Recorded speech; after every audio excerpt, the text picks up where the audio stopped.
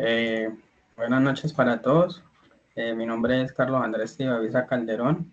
El día de hoy, pues, vamos a realizar la sustentación de la tarea 3, que es el componente de manejo integral de plagas. En esta presentación, pues, están los compañeros Harry Brandon Moreno Hurtado, Osneider Murillo Chaverra y Lina Yana Cano Salas.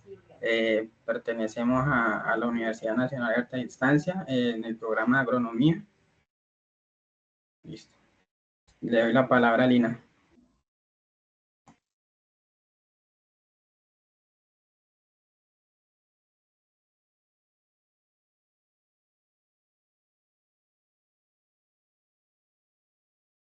Compañero, ¿puede pasar para la introducción, por favor?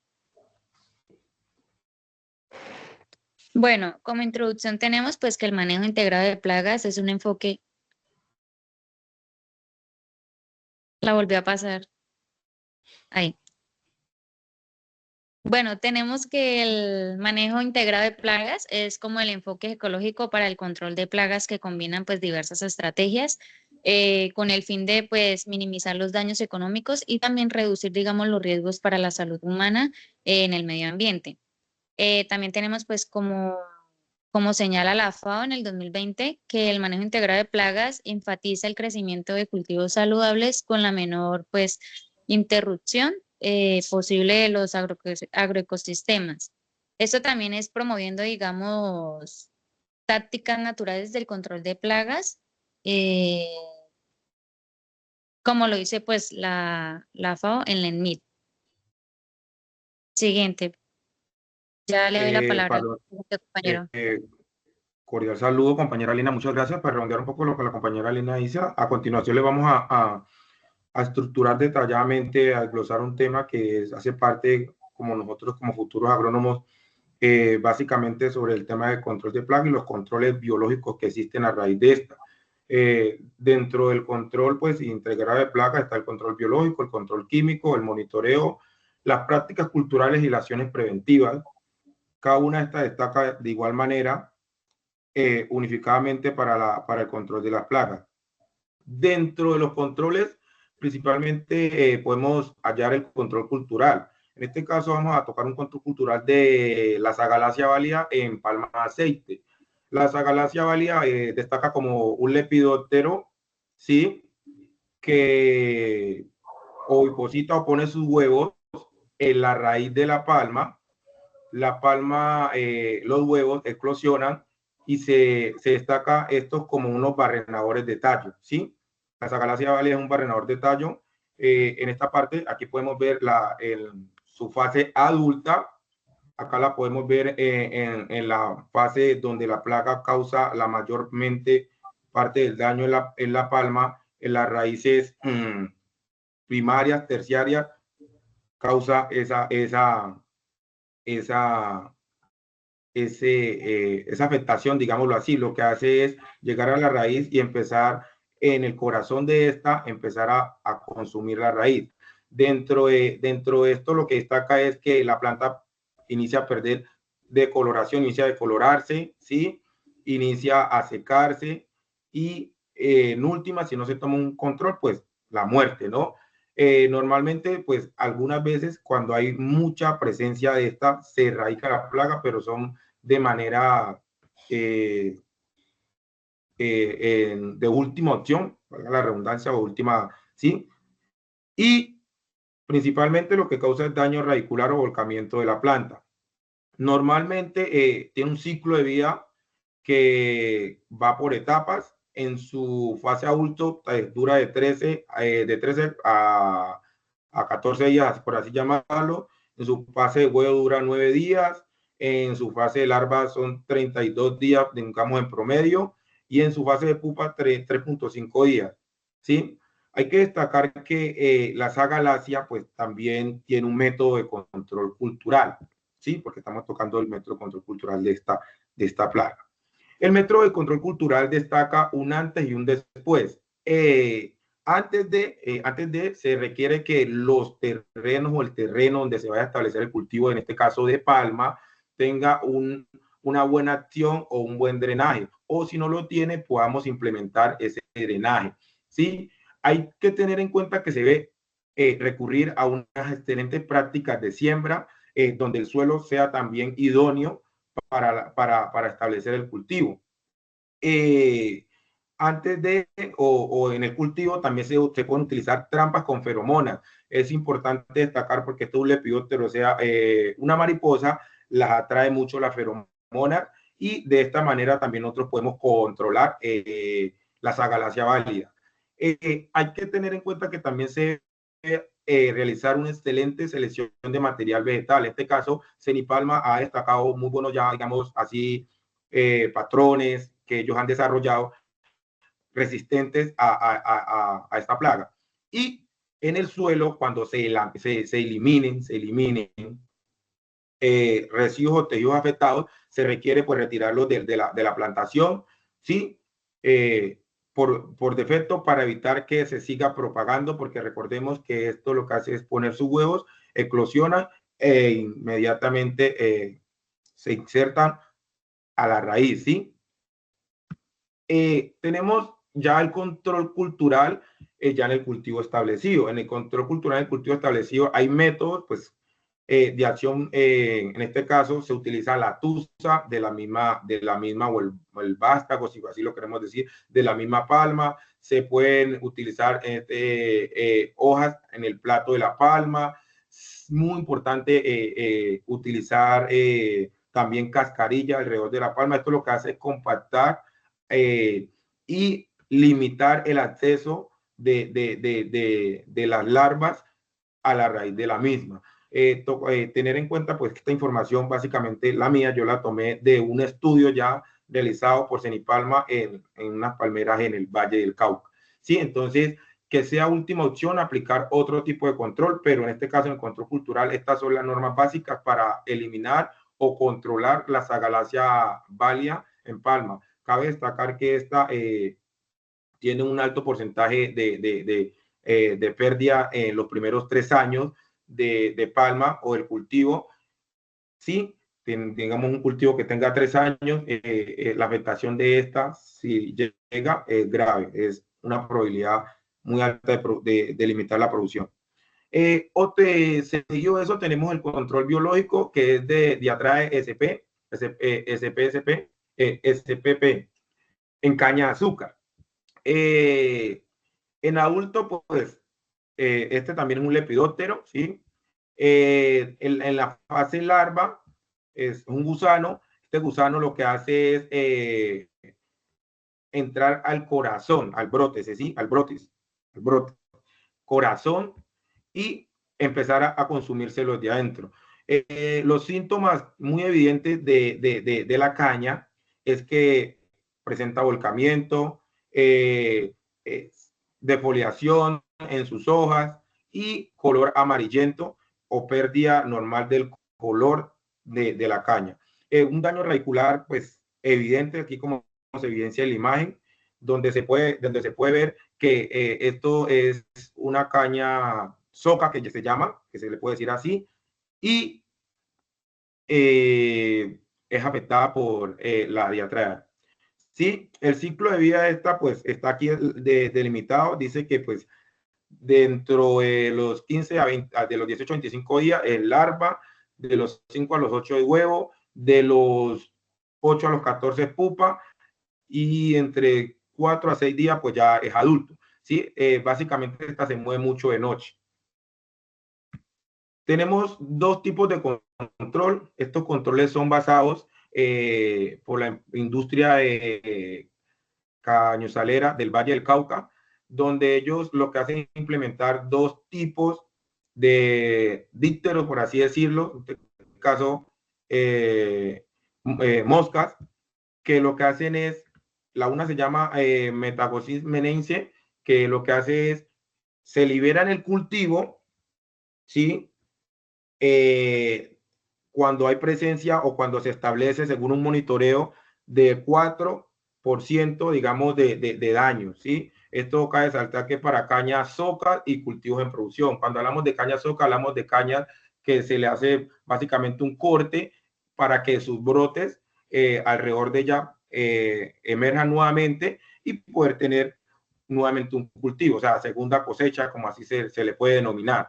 Se liberan 15 parejas, pues digamos, entre los primeros 7 meses después del siguiente corte. O sea, se corta, se esperan 7 meses y se liberan las 15 parejas por hectárea. Sí, eso en Metagonisis merense. En Patagonesis claridinis es algo parecido, pero este sí ya tiene un nivel, digamos, de infectación cuando el cultivo presenta un 4 a un 10%, que se libera después de los 5 meses del siguiente corte. Y se liberan 15 parejas, lo mismo 15 parejas para el primer control. Eso es todo, muchas gracias. Sigue el compañero Harry.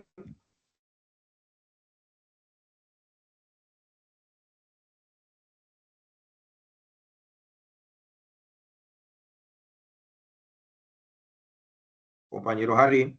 Señor, qué pena.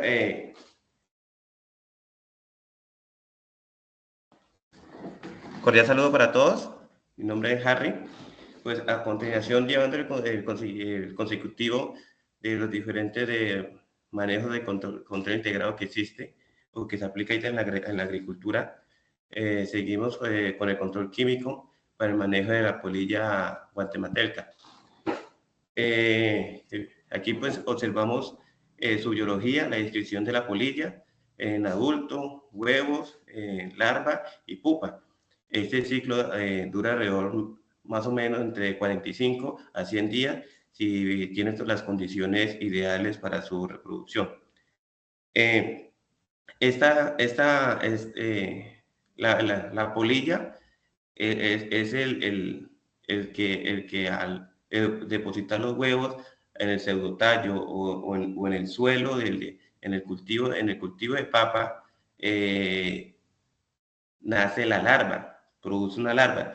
Y esa larva es lo que genera galerías en el tubérculo. Eso solo ataca el tubérculo, generando galerías en el tubérculo de la papa, en el fruto de la papa. ¿Sí? Pues ahí como podemos observar el daño que genera, haciéndole perforaciones o galerías al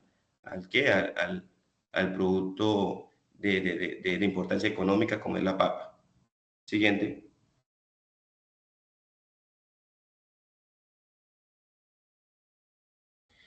Bueno, entonces, para este control químico, pues propuse tratar esa plaga, ese insecto, tratarla pues con un insecticida de contacto que se llama Ampligo, muy comúnmente utilizado para controlar la polilla guatemalteca en todos sus estadios, tanto como larva, tanto como en la mosca, en el lepidóptero, tanto como la polilla,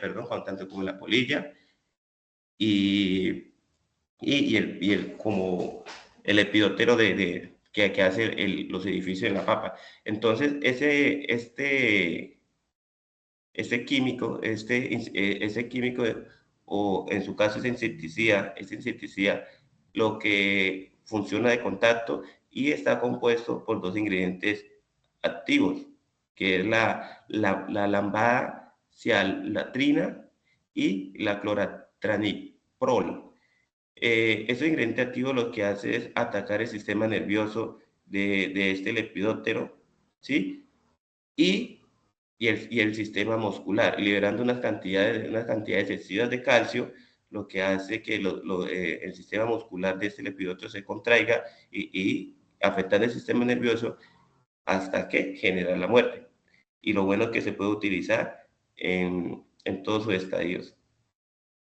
Se recomienda aplicar 450 centímetros cúbicos por hectárea, esto con intervalos de una aplicación cada 7 días, 3 aplicaciones cada 7 días, por intervalos de cada 7 días. Siguiente, compañero. Bueno, otro manejo integrado de plagas es la ingeniería genética, que es una modificación del ADN en el cultivo de maíz para controlar el barrenador. El barrenador es otro lepidóptero que perfora tanto tallo y la mazorca, ¿sí? Generando grandes daños económicos para el cultivo del maíz. Esto, como podemos observar en la imagen, tenemos una variedad de maíz, llamémoslo criolla, ¿sí? O natural, o maíz de región, sin modificación genéticamente, afectado por esta plaga. Y podemos observar otra mazorca de maíz, modificada por la bacteria Bacillus thuringiensis, BT, más conocida como BT, modificada genéticamente y se mira su resistencia a esta plaga. ¿Cómo se hace esta modificación genética para que tengamos una variedad de maíz BT? Esto es una bacteria, entonces digamos, el principal agente es una bacteria. Esta bacteria se extrae unos genes, ¿sí? Y estos genes se modifica o se extrae, de los genes se extrae unas proteínas que se llaman CRI, IA, B y CRI y F. Estas dos son las proteínas que al barrenador consumirlas del tejido vegetal del maíz, va a tener unos daños perjudiciales en el sistema digestivo. Pasa la siguiente diapositiva, por favor, compañero. Aquí se lo puede explicar un poco mejor. Entonces, ¿cómo es la acción? Ya expliqué que el maíz BT, ¿sí? Es una modificación de ingeniería donde por la bacteria el Bacillus, entonces se extrae el ADN y del ADN se extrae unas proteínas que se CRI, ¿sí? Se extrae esas proteínas y en el laboratorio esas proteínas son inducidas a las células del cultivo, que en ese caso sería el maíz. Entonces, esa variedad de maíz ya sería un mejoramiento genético creando una especie de maíz BT, ¿sí? Entonces, el maíz BT al agricultor establecer esa variedad de maíz, ¿sí? Lo que está haciendo es que el barrenador a consumir el material vegetal, que puede ser la mazorca, puede ser la soja, puede ser el tallo, ¿sí? Esto va a ingerir esa proteína dañina para el sistema digestivo del barrenador, que se llama, vuelvo y lo repito, CRI. Ellos los que actúan es cuando son consumidas por el gusano y se ubica la proteína en la pared gastrointestinales, ¿sí? En forma muy pequeñitas, liberan proteínas que lo que hacen es abrir pequeñas perforaciones en el estómago, del insecto, generando la muerte. Entonces, así es como se le hace mejoramiento genético al maíz y así es como esa bacteria actúa para controlar ese barrenador. Muchas gracias.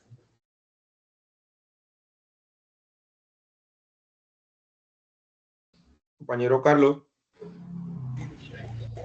Bueno, buenas noches para todos.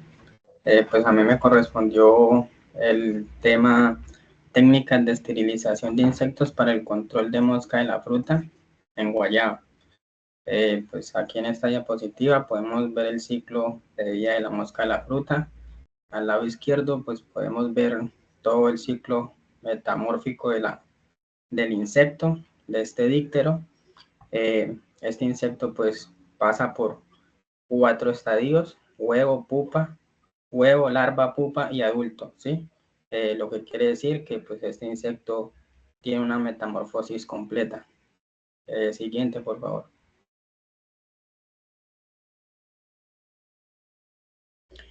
Ya en cuanto al ciclo de vida de cuánto tardan de huevos, larvas, pupa y adultos, los huevos tardan en eclosionar entre 2 a 7 días en verano y en invierno pueden llegar a tardar en eclosionar entre 20 a 30 días. Las larvas, pues hay tres estadios, ¿sí? Empezando desde neonata hasta L1, L2 y se puede decir que también hasta L3. Este estado comienza con pequeños insectos que pasan por los 3 estadios, como anteriormente lo decía, que de acuerdo a las condiciones climáticas pueden tomar entre 6 a 11 días. Para el estado de pupa, pues dura entre 9 y 15 días aproximadamente, aunque cuando la temperatura es baja, pueden llegar a tomar varios meses para que estas emerjan y posteriormente se vuelvan adultos. Una vez el insecto se convierte en adulto, puede llegar a vivir hasta 3 meses y durante un año puede llegar a tener hasta 12 generaciones. Siguiente, por favor.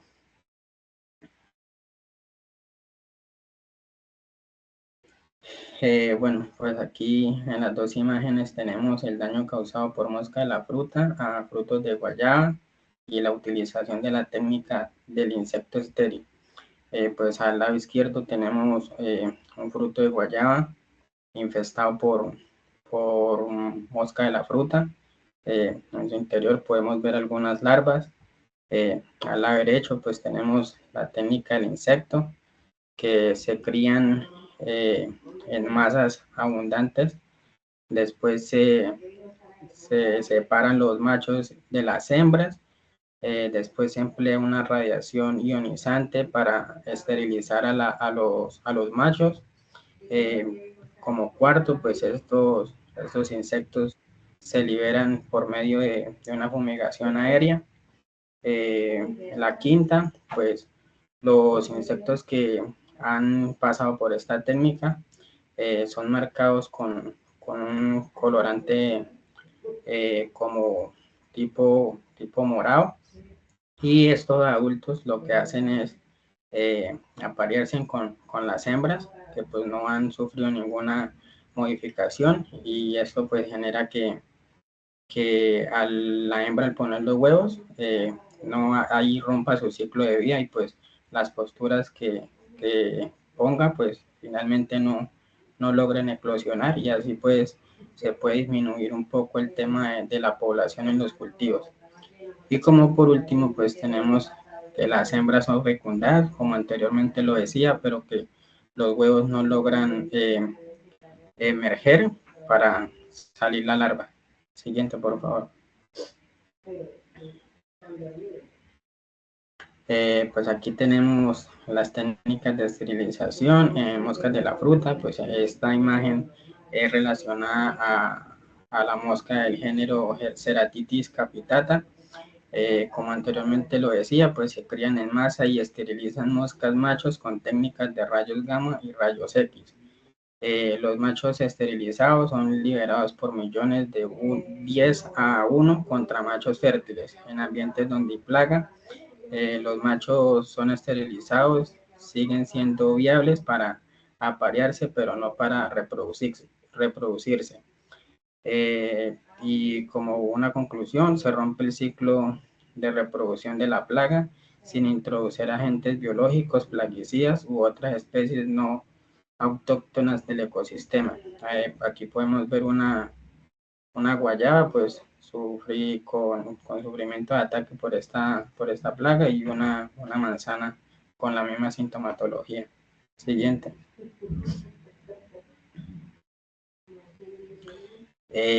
Pues técnicas de esterilización.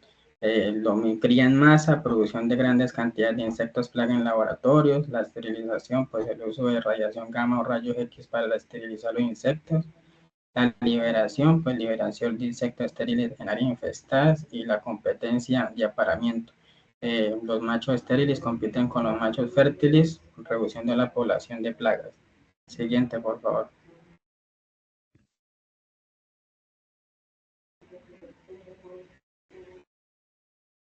Y pues aquí dejé un pequeño video, dura 2 minutos.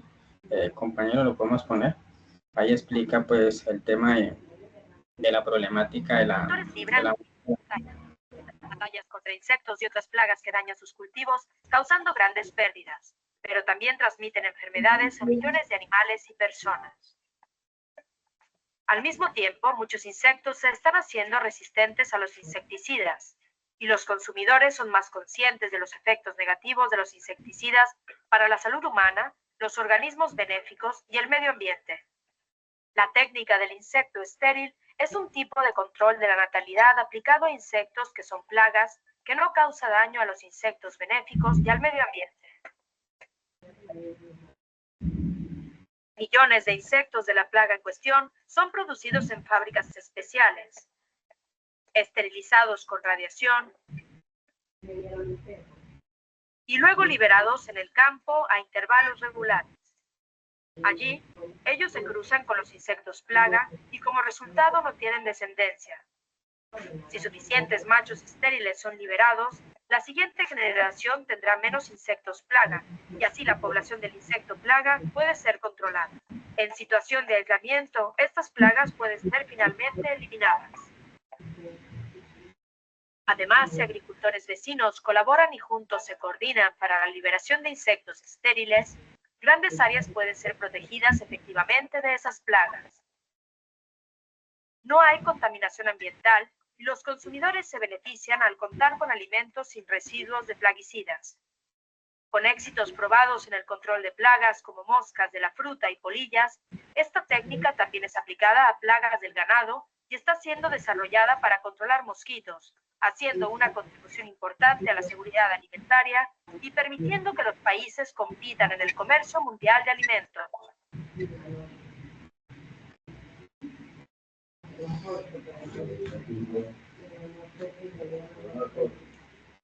Pues este video pues explicaba un poco más detallado las técnicas de esterilización. Pues cabe resaltar que pues esta técnica es amigable con el medio ambiente, ya que pues al no utilizarse ningún tipo de plaguicida que tenga algún componente químico, pues esto ayuda a que los controles sean un poco más tolerantes y pues asimismo poder tener una buena producción en los cultivos. Pues ya le doy la palabra a la compañera Lina. Muchas gracias. Compañera Lina. Vale, compañero, sí.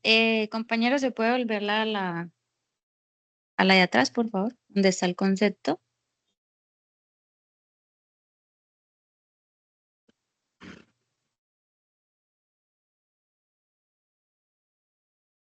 Compañera, no me aparece otra.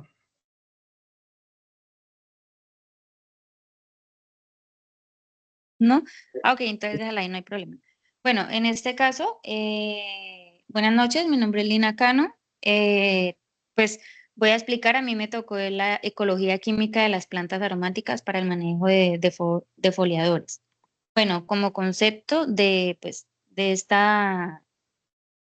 este manejo integrado, pues dice que digamos, es como la interacción entre organismos mediadas por compuestos químicos, ¿sí?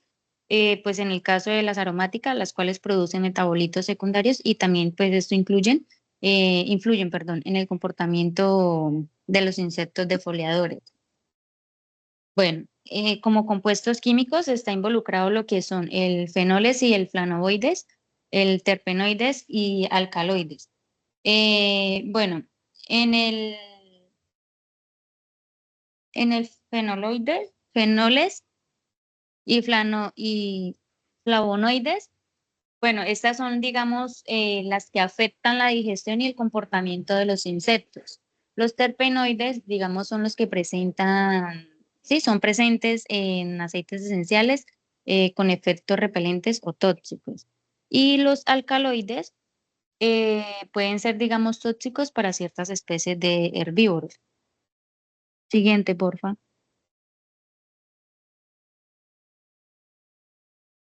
También tenemos los mecanismos de acción contra los defoliadores, que en este caso pues tenemos la antialimentación, atracción de enemigos naturales y la repelencia. antialimentación, pues ella es como son las sustancias que inhiben la alimentación del insecto, como lo es pues el eugenol en el clavo de olor. La atracción de enemigos naturales, pues son ciertos compuestos volátiles que inducen pues la llegada de depredadores o parasitoides que controlan pues a los defoliadores. Y por último, la repelencia es, digamos, estos son, digamos, algunos compuestos volátiles que interfieren con la localización de la planta hospedera por parte del insecto. Pues, por ejemplo, como lo es el timol en el tomillo. Siguiente, porfa.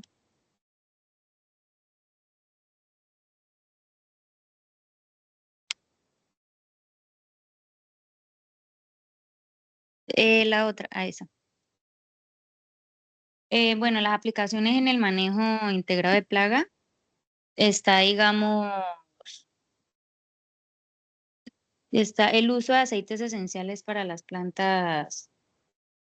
Sí, para las plantas aromáticas, que digamos, estos son de los extractos de plantas como lo es el romero o la menta, que también pueden ser aplicados como o insecticidas. También tenemos intercalado de cultivos, pues en las plantas aromáticas, que estos pues se usan como cultivos trampa o repelentes. El ejemplo pues está lo de que es la albahaca, que esta, digamos, reduce como el ataque de los lepidópteros en el cultivo de hortícolas, perdón. La otra es inducción de resistencia en plantas cultivadas. Es, digamos, son ciertas sustancias volátiles que pues estimulan la producción de defensas en cultivos como lo es el maíz o el tomate. Siguiente, por favor.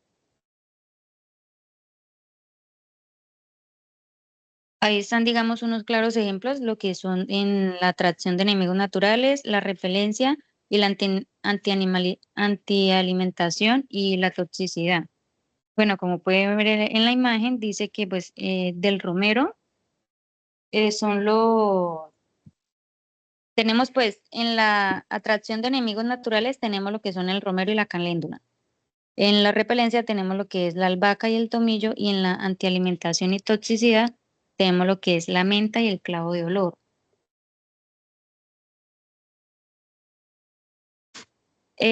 Aquí digamos en lo que es el tomillo, digamos en lo de la repelencia, el tomillo, digamos, este produce timol y carbacrol, que son compuestos con propiedades repelentes contra lepidópteros defoliadores.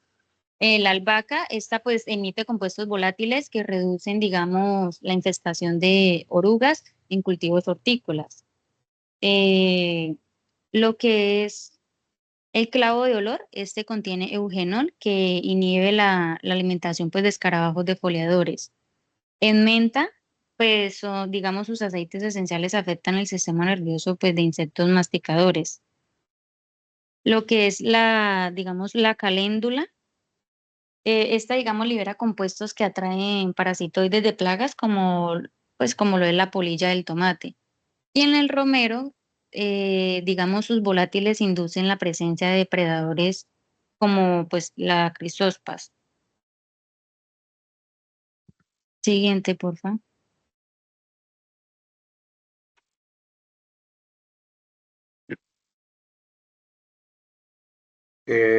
Para terminar, compañera, por último tenemos ya unas recomendaciones como tal, concluyendo básicamente lo que hace parte de los diferentes controles o unificando criteriosamente todo. Podemos decir que dentro de las recomendaciones destaca el monitoreo y el diagnóstico. Si nosotros realizamos un excelente monitoreo y un diagnóstico acertado a un cultivo, nosotros podemos saber cuál método de acción o cuál método de control poder aplicar y cuál sea el idóneo para poder mitigar la plaga en cualquiera de las fases que se encuentre. Segundo, tenemos un método de prevención. Los métodos de prevención están más encaminados a la parte técnica de control antes de la siembra. Tenemos unos umbrales de acción que son los porcentajes a los cuales se ven expuestos nuestros cultivos y debemos nosotros conocer para nosotros poder aplicar cierta cantidad, ya sea de un control químico, ya sea de un control biológico, ya sea de unas prácticas o un control cultural o físico, que sí se le puede determinar así.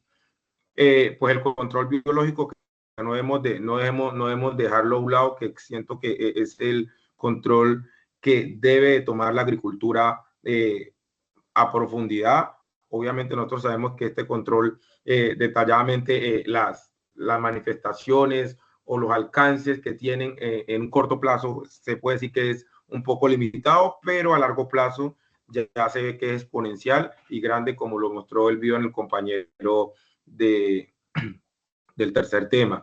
Y tenemos un control químico. El control químico debe ser un control racional. Este control tiene que tenerse como medida ya, si lo podemos determinar, como último recurso. No obstante, cabe manifestar que en cultivos extensivos, ¿sí? Es el más utilizado por el tema de la acción y el control que traen los diferentes componentes, ¿sí? O las moléculas activas aplicables a cualquier plaga, ¿sí? Presente en el cultivo. Pero hay que tener en cuenta que este en su efecto no es selectivo, ¿sí? Este es sistemático, prácticamente acaba con todo y no es regular, no regula una población en específico. Y por último, tenemos que hacer una evaluación, un registro concreto de lo que nosotros queremos y como nosotros tengamos como conforme a ese criterio de porcentajes de ejemplo, de ganancia en el cultivo, porque hay que tener en cuenta que los cultivos básicamente se resumen a lo último, que es alimentar a las personas y ganar recursos de manera unificada para el productor. Y en eso tenemos que estar claros, digamos, nosotros como agrónomos, la evaluación y los registros que se le realicen a cada uno de los cultivos en su efecto, que le estemos brindando una asistencia técnica. Muchas gracias. Yo creo que no es más. ¿Algún compañero tiene otra retroalimentación para dar o una conclusión?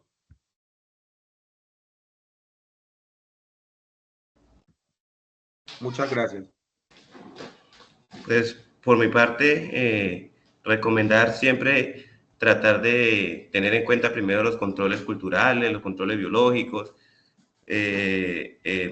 control así sea de mejoramiento genético o de ingeniería inducida, antes y con la ayuda del monitoreo, que es sumamente importante para los diferentes cultivos, para que ya sea como última acción utilizar los controles químicos, ya que pues no son amigables con la conservación del medio ambiente. Muchas gracias. Sí, lo mismo, como decía el compañero Osneider, pues yo creería que una de las principales problemáticas que hay en los cultivos extensivos pues, es el uso irracional de plaguicidas, ya que pues esto genera resistencia en muchas plagas y fuera de eso pues acaba con mucha fauna benéfica, que pues si quizás sea otro método de control, se podría reducir un poco el tema de costos de aplicación y pues también de control. Muchas gracias. Vale, compañero, feliz noche. Esto fue todo por hoy. Gracias. Muchas gracias.